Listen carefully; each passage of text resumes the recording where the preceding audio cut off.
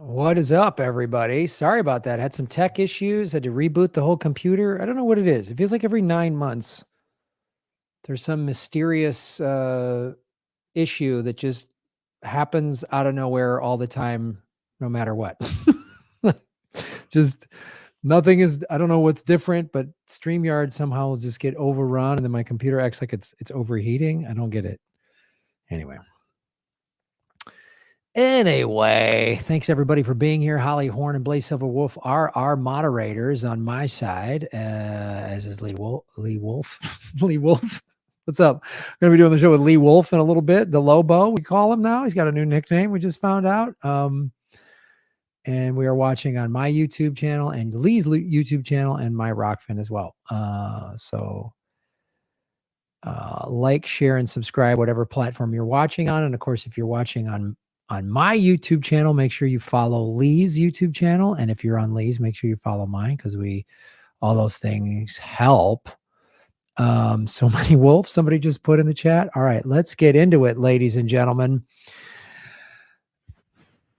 Ladies and gentlemen, welcome to the Government Secrets, hosted by the two most censored comedians in America, Lee Carob, the Wolf, and Graham Elwood, the Fox. Wait, why am I called the Wolf? I said something about Wolf, and I just a minute ago called you the Wolf. I said called you Wolf for some reason by mistake. So now I enjoyed these tech issues because I was trolling you in the chat section. So just like, where is Graham? What is he doing? What's his problem? Why is there another tech issue? You wore a shirt that StreamYard is having a very easy time with. Oh yeah, StreamYard is loving this. I think that's because I was sitting here going, when you have a tech issue, you're like, what's different? So from my old setup, before I moved, I had a monitor behind me that had that cloud thing, right? Right. Now I'm using StreamYard's. They just paste this image on there so you can see there's this weird outline thing. If I run near my head, you can see the actual gray wall behind me, right? Well, everyone's waiting for fan cam. So. Fan cam.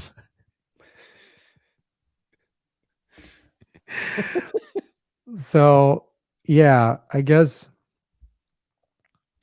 this is what I got to do, because this is the last, since we did the show a week ago, I've had several problems with my nice fancy camera. This is just my laptop camera. And I think I just need to stick with my laptop camera, because I don't know what it is, but.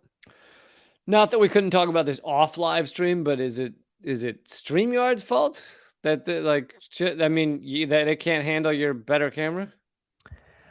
I don't know, because it was, I'm using this camera in StreamYard for like 3 years now. I don't know why now today it's like having a problem. Like literally in December at my old place before I moved, it was handling it fine. I mean, every once in a while it wouldn't recognize it sometimes, but yeah. I don't know. I was like rebooting and doing all this and going, the first thing I said to myself is, I just want to get a studio. I just want to do this in like a professional studio. Yeah. I don't want to. Then you got to drive somewhere, which is easy in LA, right? It's just a hop, skip, and a jump. It's life in LA right now is so stressful. Anywhere you drive, people are driving like lunatics, more lunatic than they've ever driven. There's a homeless guy yelling at you or running out in traffic or something. That's just happening. You got to just like play heads up ball. Then there's people, like just not paying attention because everyone's stressed out and can't afford anything. The apartment I've been living in has gas heat, and it's for Southern California, it's pretty cold here. At night, it gets down about 45 degrees, which I know if you live in the north or whatever, that's like nothing, but nothing is insulated in Southern California. Like everything was built in Southern California for 75 and sunny. So the minute it gets below 60, it's like horrifying. So, and the gas company, so my buddy was like, the previous, I'm house sitting, and my buddy's like, hey, it's normally it's the heat, and this time of year is about $40 a month. I'm like, well, I'm a baby with that, so I'm gonna probably double it. I'm gonna probably go to $80 a month for heat, for gas power. All Right. right, that's I can pay that because I just like being comfortable. I hate like wearing another sweater. Like I hate that shit. But not that I walk around in a loincloth, but you know what I'm saying? Like it's I would do that anyway. But then that gas company sends out a thing saying, "Oh, due to supply chain issues in Ukraine and blah blah blah, the rates are going up." So just got the January bill. Oh, $198 for a Holy one bedroom shit, apartment. dude. And I'm literally turning the heat on an hour or two in the morning and an hour or two at night. But you're living in like a loincloth with someone fanning you with grape leaves, right?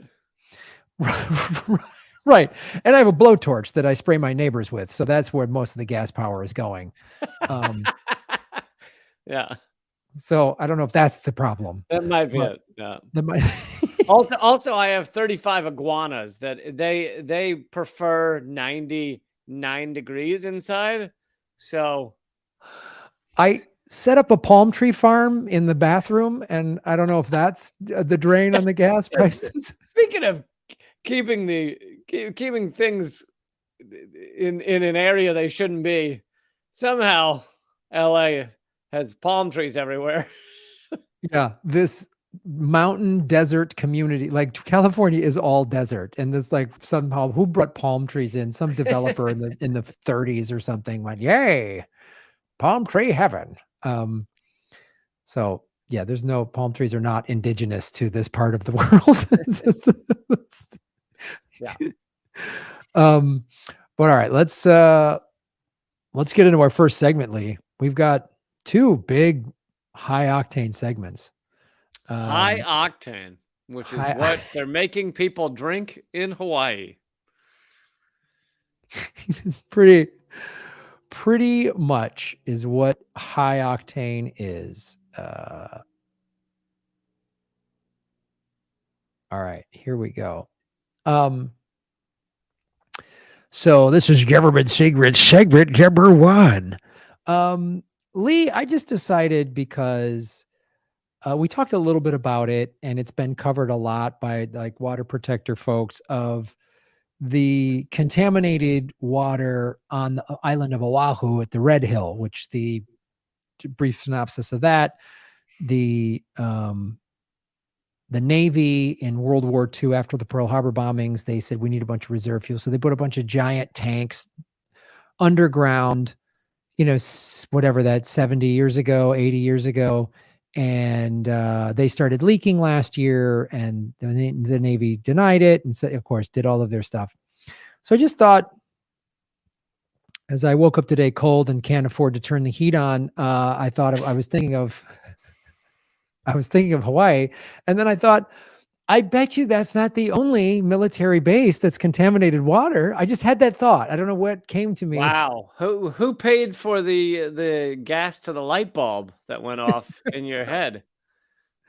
I don't know. I just had a crazy hunch. I don't know what it was. I just, Mercury was in retrograde or whatever hippie science was floating through my brain, and I thought this is the answer. So, did we have a graphic for this? I can't. Yes, I forgot. Yes, I have it up, but I haven't shared it with you, which might be an important part of the process. It is an important part of while Lee is sharing this graphic with us. Please like, share, and subscribe, everybody, to our program and give it a positive review. And then look, if you're watching, at this cool graphic. So this is from an article. Now I just did a search. I just did a search. By the way, folks, that is whipped cream. They're waist deep in. They're waist deep. They're having a foam party at one of the foam bases. Party at the military base. Yeah, that's what your tax dollars go to. Yes, those guys are buck naked from the waist down. Just so we're clear. And so I just typed in, contaminated water, and all of these articles came up. And so the one I wanted to reference the most was the one from the Military Times. Just so we're clear, like this is what the Military Times is owning. Not known as like a Marxist-Leninist rag. No, not a big anti-military outlet, the Military Times, as it turns out. They're not a lot of people screaming for no war over there. So, Lee, I'm going to give you, we'll do it like we're gambling in Vegas, an over under on the number of military installations that are either confirmed or suspected groundwater contamination caused by firefighting foam using in vehicle and aircraft mishaps, according to data released Thursday by the Environmental Working Group. Now, this article actually came out in April of 2020, but the number's even bigger since. But I wanted to reference this one, so I'm going to put it at 500 military installations. Lee Camp, do you think it is over or under 500 military installations? And this is just from firefighting foam. This is not other forms. Yes, this is Wow. just the forever chemicals that they use in firefighting foam. So this doesn't even get to, and what happened at Red Hill on the island of Oahu, that was fuel. That was Right. That was fuel, not firefighter foam. Yeah. not firefighter foam. So we didn't even know. I mean, this isn't even counting. I'm gonna go exactly 500. Lee, I'm going to go. That is exactly, you're off by 200. Are there? Wait, do we even have 700 military installations?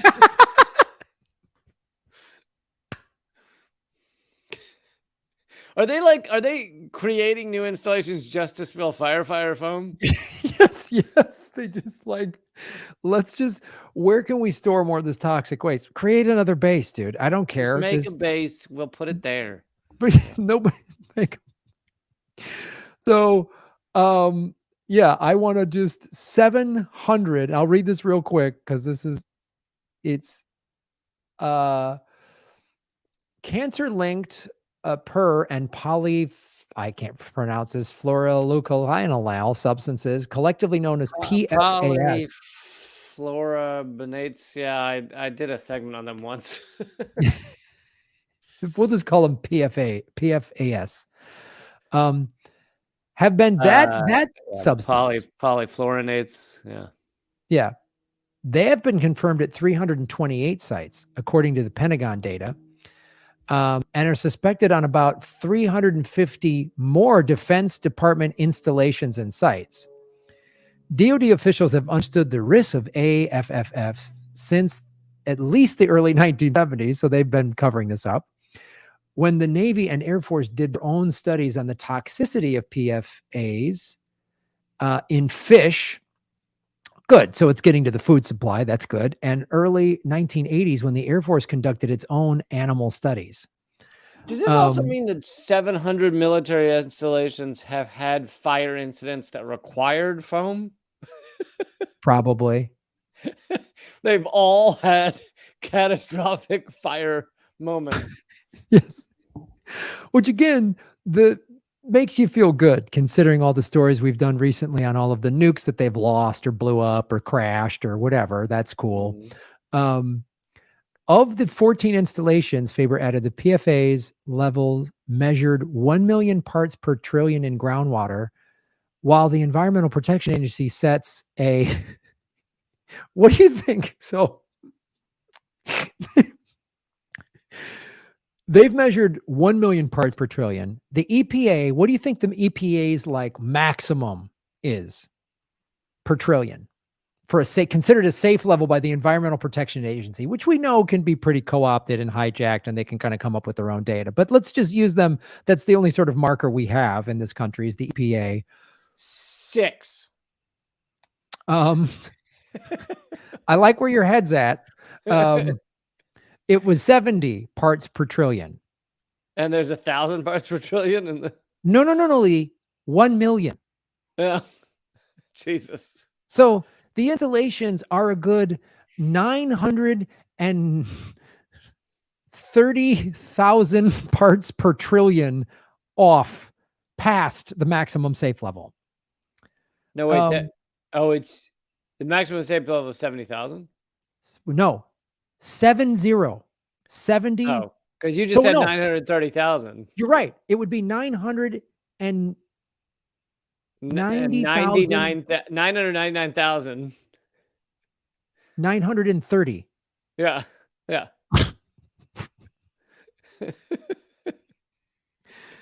But just to if that number makes you like uneasy, I want you to rest easy that some places topped even that number. Naval Weapons Station China Lake, California reported 8 million parts per trillion in the groundwater per 2017 test. Holloman Air Base in New Mexico reported 1.06 million parts per trillion. This is my favorite. These quote unquote forever chemicals, you get over those real quick, right? They flush out of the body, right? Like a week or two. Hence the term forever. They're just forever. Yeah. They forever right. Flush out your system, and you're right. good. Right. They forever flush out in 2 weeks. Yeah. They forever are gone from the water supply that affects all marine and plant life and agriculture. They forever go away from that. But and the award for understatement of the year comes from this guy Faber says, unfortunately, DOD hasn't moved as quickly as Congress would have liked. Yeah, understatement of the year. Firefighting foam is no longer used in training, this is why they were just using it, which has vastly reduced the frequency of training. Yes. You know what? Whenever I'm getting ready for something, I just like to spray forever chemicals around the house, just to prep. Whenever I have guests over, dinner party, I do forever chemicals. That's kind of where I'm at. And before we leave this segment, I just want to show you, this is from the article. This is just a little map. They say diamonds are forever, but really, it's these chemicals that stay in your body long after your marriage has dissolved. You'll still have these chemicals. Even after you've stopped paying alimony, you will have PFAs.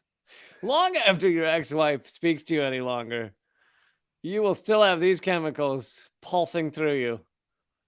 Even after you've celebrated your ex-wife getting married so you don't have to pay alimony anymore, this will be coursing through the piece of fish you had at lunch. Look at this map. Isn't this a fun map? This is the 678 military sites with known and suspected discharges of PFAs. Yeah. Yep. So that's what you're going to call a premature discharge right there. So I just want everybody to know before we go into the next segment, nowhere is safe. So, hey folks, hope you're having a great week. Nowhere is safe, and let's have a good show, everybody. Here's a coupon code for some PFAs. Nowhere is safe, everybody. Now let's do government secrets segment number 2. More evidence that nobody is safe. Yeah, now this is evidence that no one is safe, and once you are murdered, they won't solve it. No, this is. I see you in the email today when you were like, "This is what I'm covering." I was like, "We should pitch a show to CBS called CSI Bullshit." Just since they. Yep. CSI, but this time it stands for constant shit intake. CSI Fake Town. That's where it's at. So. I've been, for those who have only tuned into this episode and you missed the past, I think it was 3 I've already done. This is our ongoing series. This might be the last one, but this is our ongoing series of forensic science is bullshit. Because at every different level, American forensic science, with the exception of DNA evidence and fingerprints, although fingerprints, you have to have a full fingerprint, which is fairly rare. And DNA can be rare depending. So DNA evidence is totally legit, but they have ways of fucking with that as well. My sister-in-law was a lawyer in a case where the guy was innocent and they had DNA evidence showing he was innocent, and the New York district attorney got the DNA thrown out. So they have ways of fucking with the shit that's real. But we're going to focus today on blood spatter. And actually, they're very specific about this. And Graham, you fucked up in the title. It's blood spatter. Oh, blood shit. Splatter is dirty and disgusting. And I'm ashamed. But All right, I'm going to take out the L. I don't quite understand why it matters, but anyway. I'm fixing this title as we speak, Lee, Yeah, because because we're all about the truth. we're all about the truth, and Graham does not suffer a rogue L. So, also it's booed and not blood. So, What did I? I'm just kidding. Oh, I was like, man. All right. So for those of you who haven't followed the earlier episodes, which you go back and check on, I've gone through bite mark analysis. I've gone through what else did I go through? You went through lie detectors, bite mark and analysis, arson.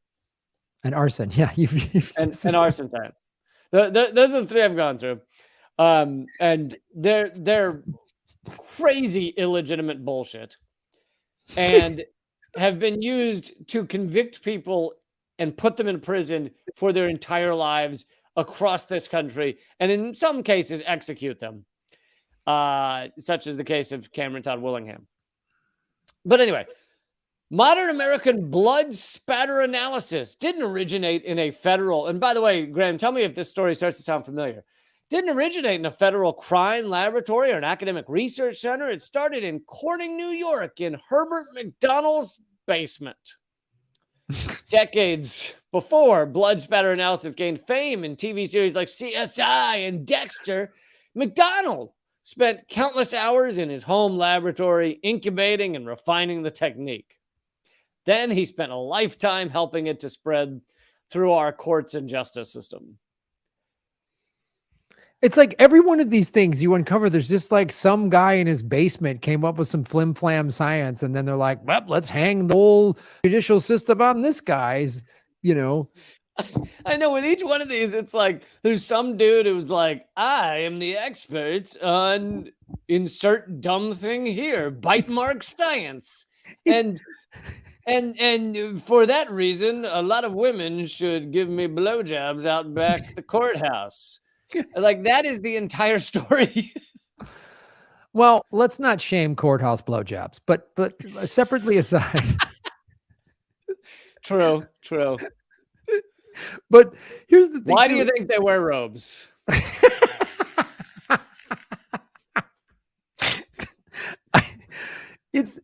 You would think going into this, before you started uncovering any of these stories, I would have thought, if you were to just ask me, like, Graham, what do you think of bite mark science or arson or anything? I'd say, probably a bunch of scientists maybe were trying to find this, or in a lot of cases, they were researching something else and then uncovered, like we've seen that with a lot of scientific things. They were trying to find a cure for this one thing, and they found a cure for something else or whatever. Like, and I would have thought, oh yeah, blood splatter. They would have really tried to research this, and it was, and a team of people, at this thing and that this science, this school. And it's always just, no, it's just some kind of, Dan was in his basement, throwing squirrel blood on the wall like a weirdo. And then he was slitting the throat of a squirrel who looked at him funny, and he noticed that the splatter across the wall.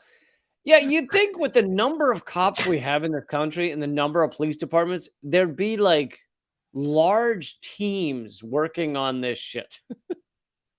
But no, just a dude, just a fucking dude who's an asshole enough to think, why can't I be the guy who tells everyone how blood spatter works? Like, it's some sort of American ego, I think, that makes somebody do this. Yeah. And then I think it's part of the, I want to say it's part of the sort of American exceptionalism that, like, that individual one guy figured it out, and it's like, so America's so willing to just go, okay, one guy figured this out in his basement, must be true. He did it. You know what I mean? Just like, yeah. So I'm going to go through, it actually gets into like how it spreads from him.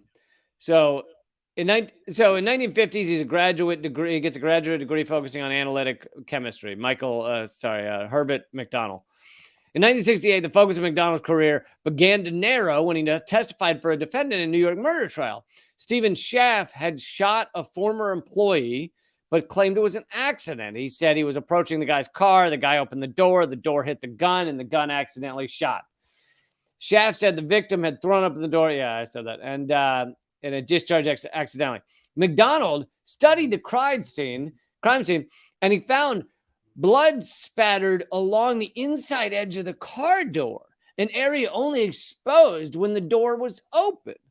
And he said it's proof that McDonald was telling the truth, that he didn't fire intentionally. He fired accidentally because the door was open because there was blood spatter there. But, and here's my own analysis, couldn't blood have ended up on the inside of the door after the guy was shot? Like, doesn't blood keep going everywhere? Like, it's not like all blood is distributed perfectly the moment the shot happens. Anyway, so McDonald testified that this guy was innocent. The jury still found him guilty, but of manslaughter. But still, McDonald had the idea planted in his head. Oh, I am the only one who thought about where the blood goes, and so I can become the expert on this. McDonald successfully applied for a Department of Justice grant to continue his study of bloodstains. 1971, the DOJ published his findings in a report titled Flight Characteristics and Stain Patterns of Human Blood. It would come to be known as the founding text of modern American bloodstain pattern analysis, and its author, the preeminent expert. McDonald said with a trained eye and this is my favorite part, quote, a natural scientific attitude. Doesn't this sound like the arson scientist who's like, you just gotta feel it, man. You just feel the blood. I should get a science degree at a big lab because I have kind of a science attitude. People have always said that about me. Yep. Graham's got a science attitude. So this is and it turns out you don't have to study. You just have it in you. You just have that attitude in you. It's great. I mean, this is why I'm actually going to be playing in the NBA next year because I just have a basketball attitude and they're going to let me play there. And then that's actually an excellent point that this was allowed to spread across America and allow this guy and others to convict fucking thousands of people. But if this were a sport and he just showed up and said, I'm really good at this, like sports are far more legitimate than this. I use the sports analogy all the time because you can't fake sports. You can't say, well, Lance Armstrong could, but most can't. Sure. I mean, he got caught, but like, you can't say I'm the best basketball player in America and then I have to prove that. Like, I have to prove that. I have to go on the court and prove it. If I can't, it's like, shut up, dummy. But in these other areas that actually matter more than sports, this is more important than who can hit a ball or throw a ball or tackle a guy or ride on a bike made of lies. You know, this is more important, and yet we put less into it. It's like the same thing with like, we're more critical of coaches that are bad and organizations that don't win than we are of dipshits in Congress. Oh my God. You get like a coach of the Patriots who like doesn't make the playoffs and it's like, it's like way more serious across America than if you're convicting 1,000 people of murders they didn't commit. Yes. Or not. The whole nation should be in an outroar that we don't have Medicare for all. I mean, like, we could go on all the things that we should legitimately be mad at, but instead it's like, oh, that ref blew the call, or who's better, LeBron, Kobe, or Michael? You know, like it's. And then there's just some guy that just creates some nonsense and we all believe him, like, oh, he's the Ray Kroc of blood splatter or whatever. And now we herald him as some genius.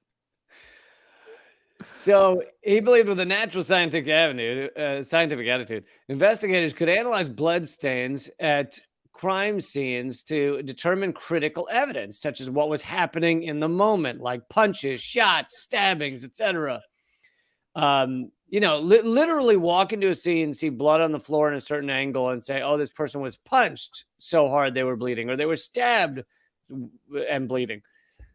In his report, McDonald openly acknowledged the accuracy of his methods could not be fully quantified. He said, quote, final conclusions should be considered from the legal viewpoint of, quote, proof within a reasonable scientific certainty.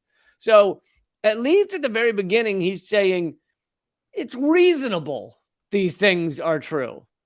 But it's reasonable these things are true slowly fades away, and it just becomes these things are true. It's weird. America is an insane asylum. Like, it is this is an insane asylum. This is where people say crazy bullshit that no one else would buy, but we're supposed to buy it because it's America for some reason. Like, it's yeah, I mean, we are the home of people with just full of themselves, doesn't matter whether they actually know anything or not, and they're gonna make it to the top.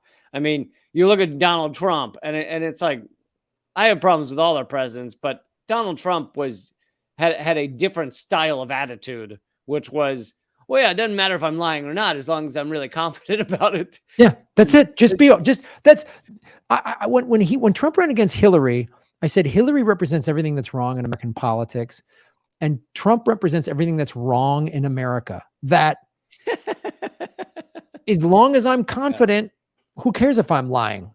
Right. You know, just right. And nope. And now they're all talking about the Santos scandal, which is actually that's like the end game of American politics, is a completely false human being. Fake name, fake life, fake resume, fake beliefs, fake funding.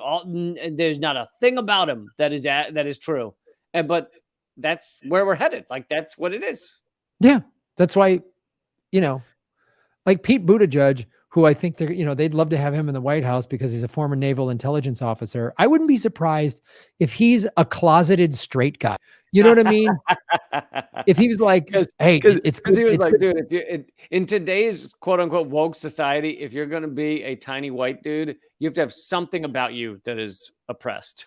Yes, you just be a straight white guy who's born into privilege and goes to wine caves to get billion-dollar donors to support his bullshit campaign. Right. So be gay. He was like, either I have to be gay or I have to lop off one of my legs. Something. He goes, I don't want to lose a limb in the, in the thing. So let's just say I'm gay. And he's probably got a fake girlfriend on the side that they have to keep quiet. Like, I wouldn't doubt that at all. Yeah, totally. Could be very well true. So, all right. So despite the fact that he initially says this is not 100%, it still grows. He branded his unaccredited basement lab with the title, you ready for this, Graham? The Laboratory of Forensic Science, and named himself director. Dude, you know what? I am also the director of my basement. I just got voted in the grand exalted king leader of my basement. I am the grand wizard of my cedar closet. I actually just won the my Nerf hoop. I was just voted into the Hall of Fame for the Nerf hoop that's hanging in my hallway above the closet door. So I'm the 15-time world Nerf hoop guy who plays against nobody in his hallway champion. And that's why I'm going to sue the National Basketball Association. And you acted like sports were actually more legitimate, but here we are. The Laboratory of Forensic Scientists named himself director. Dude, I got to come up with a good name for my basement, because honestly, my basement is it's just not legitimate enough. I think I'm going to come up with a fake award show just so I can say I've won, the Graham Elwood Award for vegan smoothie excellence, and just say, and give myself some awards. Well, yeah. And then sell those vegan smoothies with a little, gold star on the side.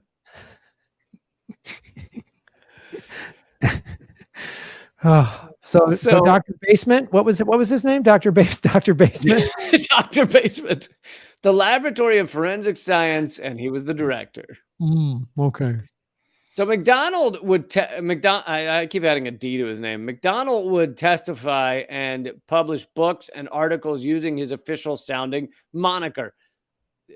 For some odd reason, he didn't write his books and then below put "dude in my basement."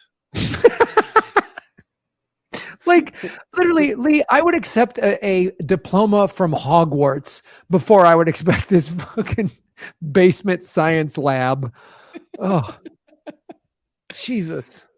A grainy VHS recording of the. Oh, by the way, this article's from ProPublica. If anyone wants to look it up, a grainy VHS recording of a 1980s TV appearance showed McDonald in a pristine white lab coat. It's important to wear a lab coat in your basement. I've always found that.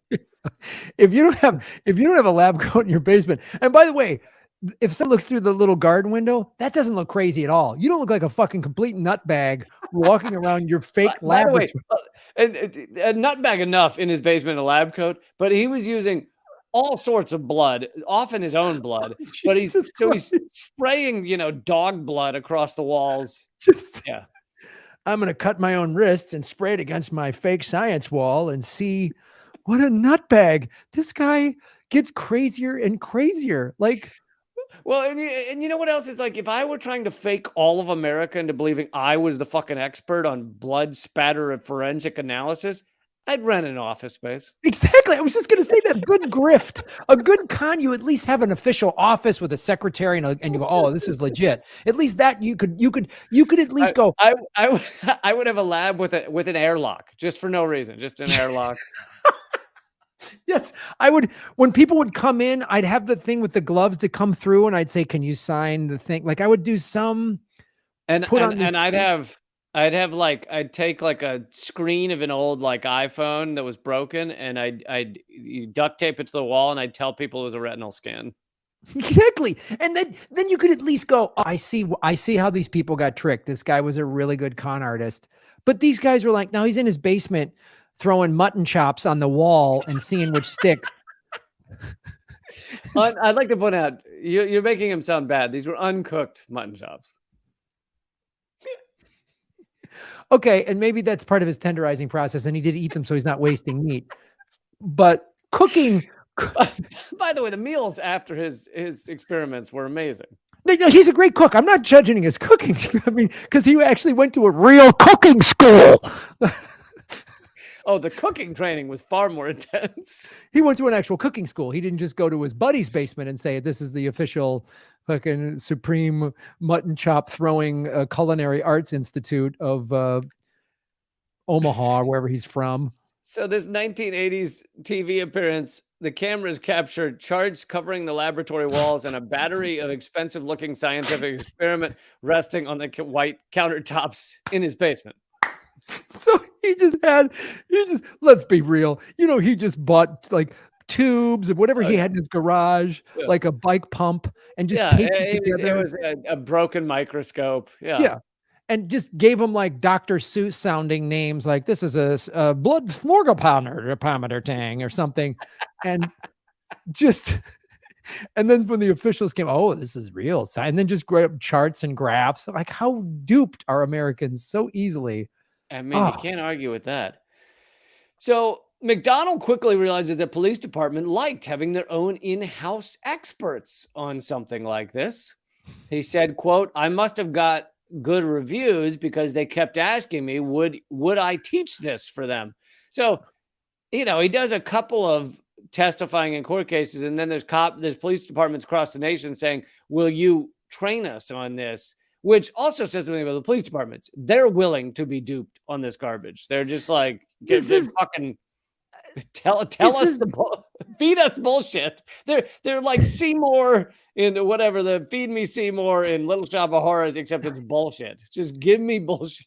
Lee, this is how Darth Vader was created, okay? Like, Obi-Wan was not a full Jedi and wasn't qualified to teach. And so he created Darth Vader that was nuts. This is like, Lee, I'm a self-taught black belt. So I'm going to just like start martial arts schools. I feel like this is more like me saying I'm a self-taught black man. That's how far this is off of reality. Oh God, it is. It's crazier than a white guy going, no, I'm a black man. I know what it's like to be a black man in America. I do. I get it. Oh. So he began crisscrossing the country, teaching 40-hour, and this is a key number, 40-hour bloodstain evidence institutes to groups. It's called an institute, even though it lasts 40 hours. To groups of mostly law enforcement officers. Although McDonald would emphasize his own scientific education when acting as an expert witness, his advertisements assured students that there was, quote, no minimum educational requirements to be accepted into the class. You can be as dumb as a rock and have no education and come and we will certify you as a blood spatter expert. Oh God. He probably encouraged that because he's like, if I get anybody with half a brain and coming into one of my fake classes, I am done. So I better just have a bunch of moron rubes roll through. And I go, you're getting a official blood. People would stop signing up if they found out that, you get rejected if you're a fucking dummy. Yeah. It's, oh my God. Who was the like the chancellor of this school? Was it just P.T. Barnum going, yep, there's one born every minute, man? The chancellor of the school was actually, the dean of the school was actually a hedgehog with one eye. But he had passed the class. So okay, that's fair. That's fair. As long as he passed. By 1982, McDonald had taught 19 institutes in 8 states, turning out scores of newly minted blood spatter experts.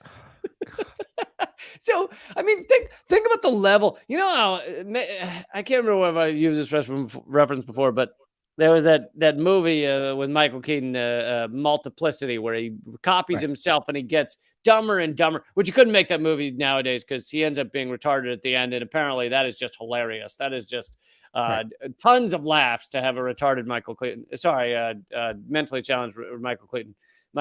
So it's kind of like that. It's like this guy made up a science. He then teaches it to people who have 40 hours. They don't even really take it all in. So they have a percentage of what he invented. And it like goes down the line to like fucking, they don't know anything. This is our 112th episode, and I got to tell you, this is my favorite guy, second only to the guy one of our early episodes of the dude that crashed 2 trains together and sold tickets to it. Like this is like so beautiful, and like I'm beginning to like this guy more and more. He's just, and I mean, I don't know if it's in the information you have, but God, I would love to know what the cost of these courses were. Like that I don't know. Oh, I'm sure, I'm sure not that high considering it was police departments. Oh, I bet you it was kind of high. And then he said, we'll give you a special. You know what I mean? Like you get a free mug. you get a pack of novelty Band-Aids. And he'll cook you the mutton chops that he throws on the wall for part of his experiment. He'll always cook you some mutton. Yeah, lunch was included. You are correct. So he would eventually teach for 38 years. And Graham, are you ready for the over-under? Over-under. How many students failed in 38 years of blood spatter courses? The over-under is 100. Oh, way. I think the number is 0. I think but yeah, so I'm going under 100. 5. 5 students in 38 years failed this class. And they all walked out saying they were blood spatter experts. How dumb do you got to be to fail a fake blood spatter school? Like, I mean, the level of stupid you got to be. Like Jim Varney's character, Ernest, Ernest saves sandals in the slammer. Like that guy passed. Like, who are these 5 guys that didn't pass? I want to meet them. I want to know, did they have offspring? What are they doing?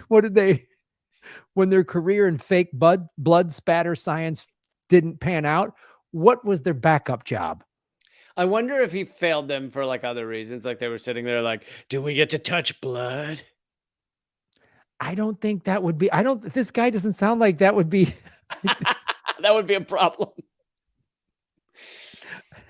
Graduates it just keeps getting worse. So he's creating all these idiots.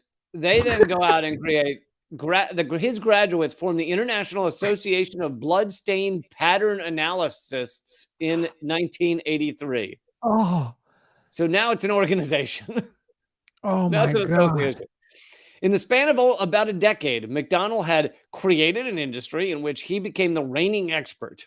He started to be viewed as a myth, a legend, an American Sherlock Holmes. There were like documentaries and books made about him.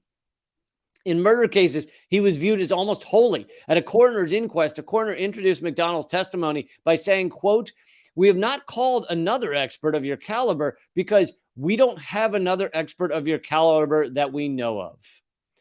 Basically, when he would walk into the court, they would all go, "Oh my God, this guy is holy. Like he knows everything."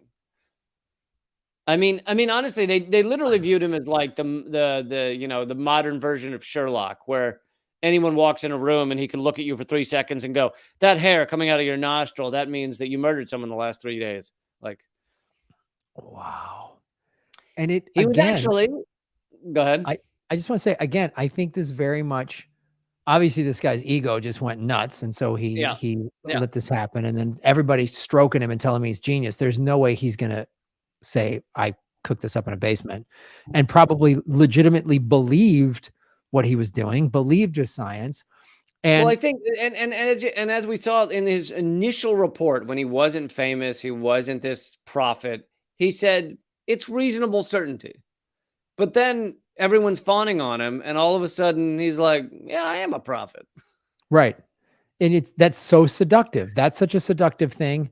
And then again, and this is a human nature thing. This isn't just an American thing, but I think it is very much amped up in this country. Is everybody's looking again for that, like the gunslinger, who comes in and knows everything more than everybody else, and just like, oh, he's like human nature always wants to kind of revere and bow down to idols and stuff like that. And I think America, Well, because we have all these fake uh, idols, you know, and there's yeah. all this mythology around all of these people, George Washington, I can never tell a lie, and all this stuff that we want to build these guys up and be like, oh, this guy's the blood spatter guy, and we're Well, not going to and question I that. also think that there's a bit of human nature where we want to think someone has the answers, Right. like Big Brother, Daddy has the answers, and so the idea that there could be murders where, sorry, we don't have the fucking answer is like too much for us. So instead, we want anyone who steps in. It's like a power vacuum. Anyone who steps in and says, "I know who killed the people," then we go, "He must know. Someone knows." Like, Yeah. And it feeds in that's a human nature, like, especially with there's a crazy killer on the loose. We want to catch them so you can feel safe. We caught the guy. And as we've talked about in all the other previous segments that you've done about the fake forensic science, it then feeds it's one of the problems of our judicial system and our police system of no. arrest rates. Got to get a bad guy, got to get a conviction. So Yep. figure it out. This guy has a basement. He's been throwing fucking donkey blood on the wall. Book it. Look it. Done. Got him. It was actually donkey menstrual blood. So Oh, Jesus Christ. Please. I don't want to give anybody false truth here, Graham. Thank you. That didn't make it more horrifying. So he was actually, I don't know if you know this, Herbert McDonald was in the O.J. Simpson trial. In 1994, O.J. Simpson's defense team hired McDonald in part to demonstrate that the notorious glove found at the murder scene did not shrink after being soaked in blood. Because as you recall, they had this blood-soaked glove. O.J. Simpson tries to put it on, and he's got rubber gloves on under it, but it doesn't fit at all. It's not even close to fitting.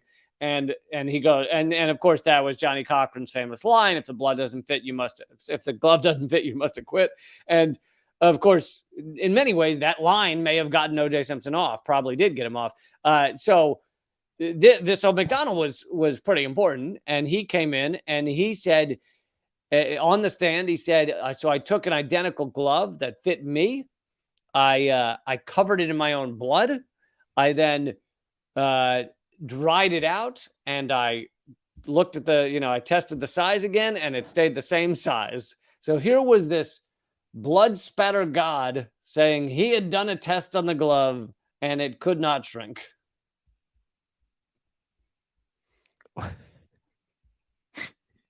So he helped get O.J. Simpson off. Oh, Along nice. the way, McDonald's reputation for eccentricity also grew. In his books, he described shooting dogs to record the resulting spatter and drenching a female student's hair in human blood, then having her shake it around to photograph the patterns. He also created another new field called fingernail identification by collecting his own fingernails for years. That's not eccentric. That's a fucking psychopath. Like that's what serial killers do. Like, what do you? That's a trophy killer. Like, this is insane. What a nutburger. Like, Yeah, I mean, insane fits. Eventually, defense attorneys began appealing convictions that relied in part on McDonald's testimony. They argued that McDonald and his field were unscientific. What? Hold on. But appellate judges almost never agreed. Again and again, they affirmed McDonald's right to testify as an expert. And you gotta also remember that in a trial, when you say to a jury, this guy is an expert on blood spatter, and he then says A, B, and C happened, the vast majority of juries don't go, wait, what does expert mean? They take the word of the court right. that this guy is this guy fucking knows his shit. They don't know he invented the thing in a basement. Right. Exactly. That's all you have to say. You're an expert. And then a good defense attorney will then try to poke holes in the expert and say, wait, you're not an expert. Like and that can be, a place of Right, which apparently actually happened in the OJ trial. They did spend a long time poking holes in who he was as an expert, but clearly it didn't matter. right. In time, McDonald's students, many of whom only had 40 hours of training, started testifying. I mean, that's actually the same amount of training that you need to operate the McFlurry machine at McDonald's. To be a yoga teacher, you got to have 200 hours to teach yoga, and nobody's life is in jeopardy. Because I remember once I did something on the amount of training that most cops have. Most cops have have an average of 8 hours of training on how to fire their weapon, and a barber, like a hair cutter, hairstylist, in many states has thousands of hours of training. Yeah. So McDonald's students started testifying as experts themselves. Then the students of his students. So it's much like Gremlins, where water gets on them and then water gets on that one, and you just keep they just keep bubbling up, more and more Gremlins. So you're the third generation basement fake science expert. Like, that is, I cannot think of a worse carbon copy. You're the fake expert of a fake expert of a fake expert that went to 40 hours of fake school drawn up by a nutburger that wears a lab coat and murders animals in his basement. Got it. Perfect. Yep. And by the way, folks, I know we're going a little long, but we're not doing an extra segment, so we're going to do this in place of the extra segment. Yes. In 1980, Iowa's Supreme Court became the first to review McDonald's testimony. The judges didn't examine the accuracy of his technique. I love this. Even when they are like, let's see if this is legit, they still aren't checking whether it's actually accurate. Instead, they just cited, quote, his status as the leading expert in the field, which he fucking invented from his basement.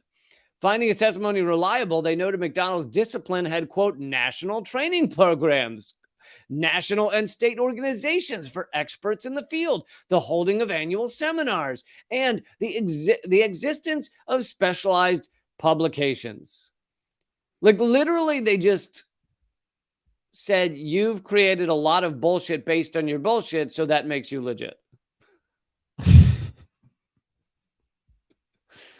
If I stack up enough bullshit, then I'm a legitimate person. Yeah. Unreal. With seals of approval from some of the country's highest courts, blood stain pattern analysis continued its spread. It spread south to Tennessee's highest court, where they affirmed a trial judge's decision to admit McDonald as an expert. Quote, Mr. McDonald's testimony was clear, understandable, and accompanied by demonstrations to the jury. He obviously knew whereof he spoke. I love the idea that if you're full of shit, but you're just really clear about it and you have like a demonstration of it, then it's fine. It's that thing of like, say it with conviction. Lee Camp, I am 7 feet tall and I am the starting center for the Los Angeles Lakers. Like if I just say it, then you go, oh wow, Graham must be a Yeah, good and if guy. you then held up a ruler that said 7 feet, that'd be all. That's all that you I need. made in my basement. That you made in your basement. That's all you need. I mean, you know, a magician can do a demonstration. Does that mean he really caught the bullet in his teeth? It's so I it's fascinating. It is a fascinating study in the collapse of the human species. Just studying America and this kind of shit. It's that everybody. It's like it makes you go. And there are nefarious people out there that recognize this and go, oh yeah, I'll scam the shit out of people. I'll scam. It's like, I always thought like I could, and so could you. We could make a lot of money teaching stand-up comedy, which a lot of people do. Which a lot of people do. Yeah. Now, I know a couple comics that went in one of those classes and said, oh, I learned some basic stuff, how to hold the mic and mic technique. And I said, okay, fine. But that's not going to make you a stand-up comic. Making you a stand-up, the only way to become a stand-up comic is you got to go on stage and you have to do it. You have to perform in front of not your friends, not everybody from your office. You got to go and perform in front of strangers and learn how to make strangers laugh. Strangers that are sitting with their arms folded going, if you can make them laugh, then you can do it. And you can't. But I remember when I was hosting the game shows, I was like, I could make a mint doing game show hosting classes, and I could give some people some legitimate like technique. if you were in like books where they also have acting classes, so it's like learn how to act, learn how to host a game show. Right. And I could teach some people some basic things, how to read teleprompter, how to look at the camera. I could give some people some basic on camera techniques. I did some of those stand-up courses at the beginning, and there's a basic level that you can teach people. I had to learn to like hold the mic and to not say like it's very natural to say constantly. I may do it on here, but in stand-up it's not good. You say on stage, it's like very obvious, and there it is. So but those type of things you can learn, but other than that, it's like fucking get up there and do it a lot. Yes. And that's great you did. And again, you learn those basic things, but that's not why you're a professional comic. But here's the question. Has your stand-up ever convicted someone to life in prison? Several. I am a dick joke murder expert. And so anyone that's ever been murdered by a dick joke, I come in and I throw my dick jokes against the wall in a basement, but I have a yurt in a buddy's backyard. And I am now a forensic expert, and I have a 40-hour work course that's normally $2,500, Lee, but I'll give it to you for $800. I mean, out the discount right now, but that offers and you get a mug. You get a mug and a sandwich. Some judges facing the issue for the first time simply cited the decisions of their counterparts in other states. This is an ongoing theme in all of this stuff, is like a judge who's never dealt with blood spatter or never dealt with arson looks to other states and goes, oh, these arson experts, these blood spatter experts are legit and they're accepted in other states. By 2004, a Texas Court of Appeal wrote, quote, have any courts held blood spatter analysis to be invalid? The answer is no, unquote. McDonald ran his last Blood Stain Evidence Institute in 2011. By then, he had taught 75 workshops, over 1,000 students. In 2012, McDonald, then 84, retired. That same year, 2 girls alleged he had sexually abused them when they were 11 and 16. Oh, what a piece of shit. So I don't know if you were feeling like this guy was one of your heroes, Graham, but you might want to take the poster down. Yeah. Oh, of course. So, of course, he's a liar. he's a con artist, and he's a sexual predator. Like this, the hat trick of evil. But I haven't even gotten my favorite parts yet. The National Academy of Sciences groundbreaking report on forensics came out in 2009. The report was a rigorous examination of the forensic, widely used in the nation's courts, and revealed troubling inadequacies with virtually every technique, many of which you and I have gone over the past 4 episodes. It included a harsh assessment of blood stain pattern analysis and questioned the abilities of the experts in it. A capable analyst, it said, must possess an understanding of applied mathematics, significant figures, the physics of fluid transfer, and the pathology of wounds, subjects that aren't covered in the field's 40-hour workshop. So let me see if I understand this correctly. All of the stuff that the actual science that should have been in it was not in the basement school. Yeah. Everything that you need to know to actually understand what blood would do in extreme circumstances is not in this workshop. Wow, it almost feels like, and this is me just grabbing at straws. I mean, I'm no doctor, that you would need actual medical and biological experts to determine how blood acts and how the pulmonary system acts and how the body acts after it's been struck with a wound or stabbed or shot, rather than just some guy, kicking the neighbor's dog in the nuts and throwing it up against the wall. That sounds roughly correct. So as this goes forward, and many of you may be wondering, where do we stand today? Oh God! Oh no! Oh no! This is like the one where we revealed there's still 3 nukes that haven't been found. Oh boy! Graham, put on your plastic underpants. One.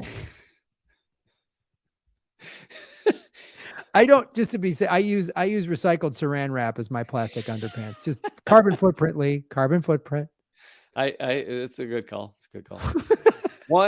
One federal judge named Nancy Gertner used the report to throw out a lot of blood spatter evidence, but few in the nation followed her.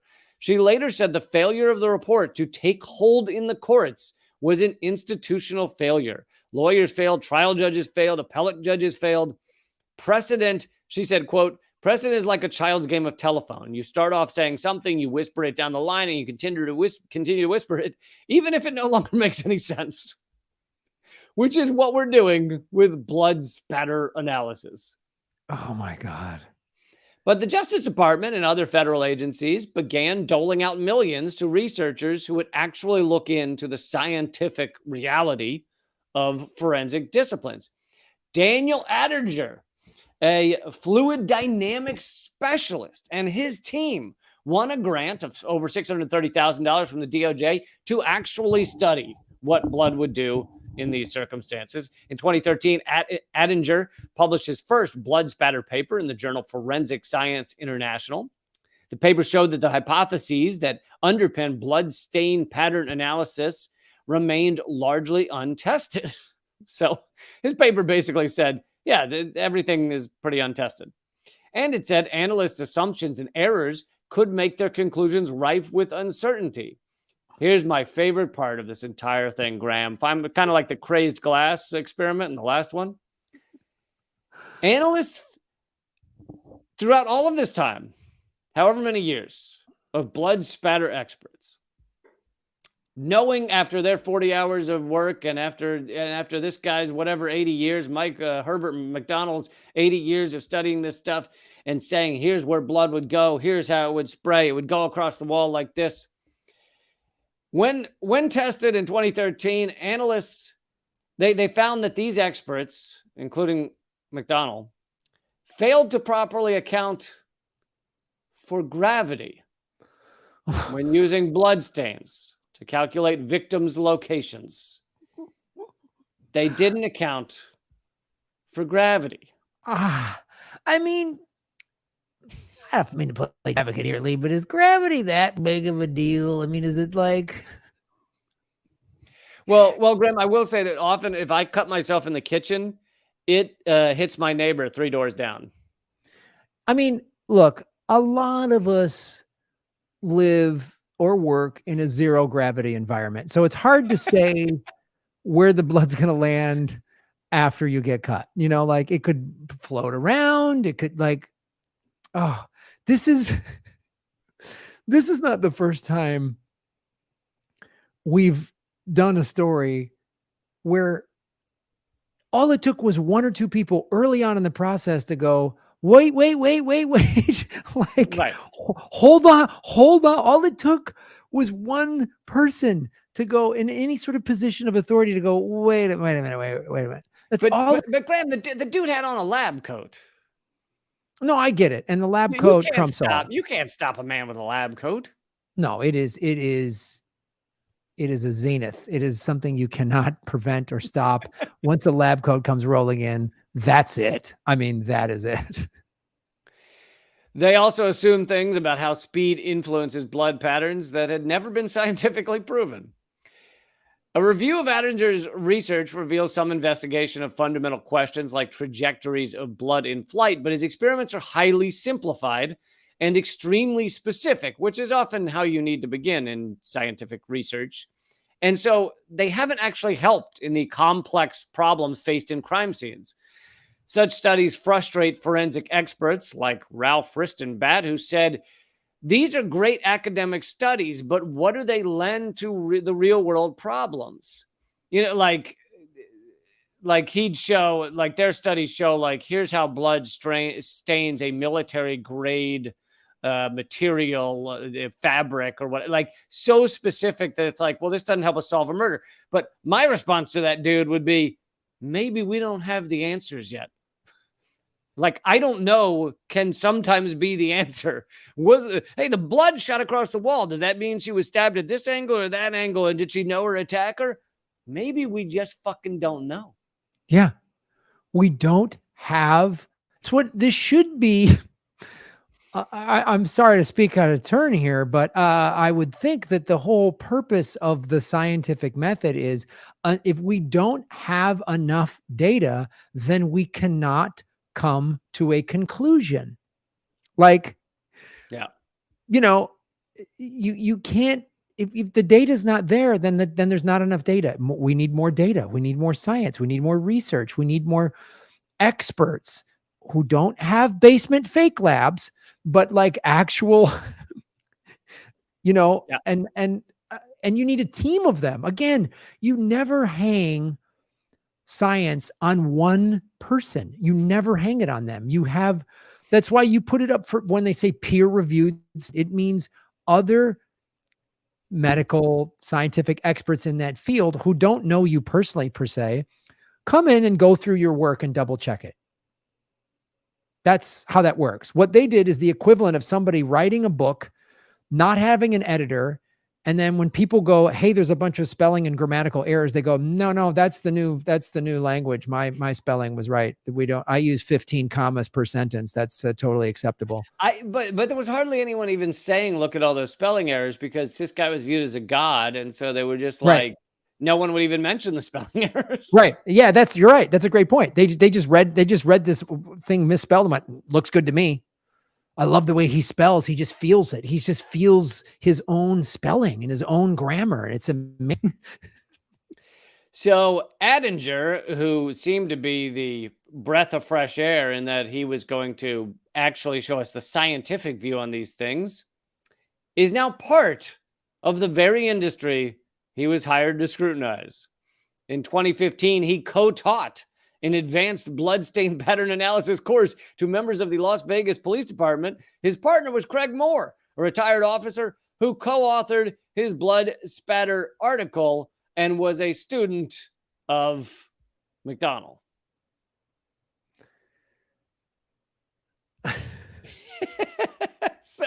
So this guy was basically like, I will prove the real truth. And then he was like, wait, you can make how much money if you just teach these courses?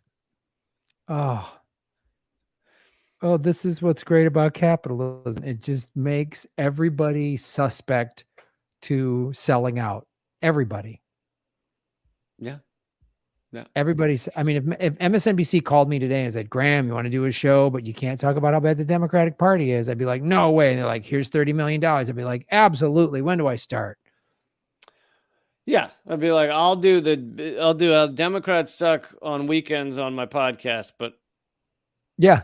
weekdays from MSNBC. I would just get a guaranteed contract. And at the end of the segment, I just wink into the audience and then, if you want the real truth, tune into my podcast. yeah. I'd be like, the only people saying that the Democrats are doing bad things are crazy people on YouTube channels with PV in the title. Anyway, this has been NBC. Have a great night, America. All right. So I just have a little bit more here. In 2016, the Texas Forensic Science Commission, I love that some truth started coming out of Texas, which is bizarre. A state panel consisting of 7 scientists, 1 prosecutor, and 1 defense attorney, opened an inquiry into 2 cases that turned on blood stain pattern analysis. At the center of one of those cases was Joe Bryan, a beloved high school principal who'd been in prison for 31 years over the killing of his wife. The blood stain pattern analyst in that case, a local police officer who took the 40-hour class, recently acknowledged that his conclusions that convicted that man were wrong. In the meantime, experts still continue to use the old methods. The ones that got their start all those years ago in Corning, Massachusetts, I think. And they keep testifying in courts across the country. McDonald is now 90 years old, and they interviewed him for this article. And when asked to pinpoint the proudest moment of his long career, McDonald answers quite quickly. He says, Susie Mowbray's exoneration. Mowbray was in prison for 9 years over the killing of her husband. At her retrial, McDonald used blood spatters to reconstruct the crime, testifying that her husband's death was actually a suicide and discrediting the expert who testified for the prosecution at her original trial. Here's the thing, though, which is an honorable thing. But here's the thing. The expert that McDonald discredited was a former student. So without McDonald's class creating these quote-unquote experts, this woman never would have been in prison in the first place. Oh. Well, the good thing about going to prison for a long time is you definitely get those years back. Yeah, sometimes they pay you like a few $1,000s for your time. Yeah, they put those years on the end of your life, so you always get them back. It's great. Yep.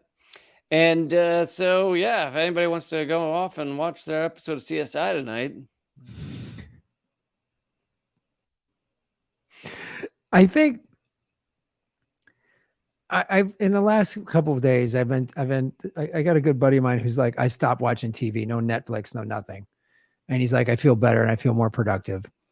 And most of the shows out there are just like, they're pretty dark. Even if they're well written, it's just, they're dark. There's some apocalypse. There's a crime. There's all these people getting murdered and they're just awful.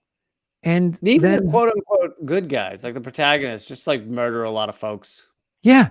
It's so, I tried to watch. I watched some of Yellowstone because everyone was talking about it. Like, which one of the murderers are we supposed to be rooting for? Yeah, which one of these awful sociopaths? And like, same thing.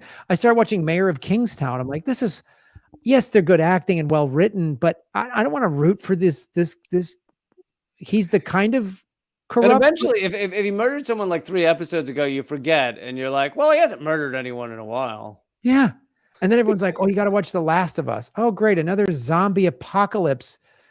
Oh yeah. No, any one of the It's the Last Days, it's like, we're already in that. I don't need the fantasy version. No, I mean, like, I live in a city where that's like on the brink of collapse. Like, I don't.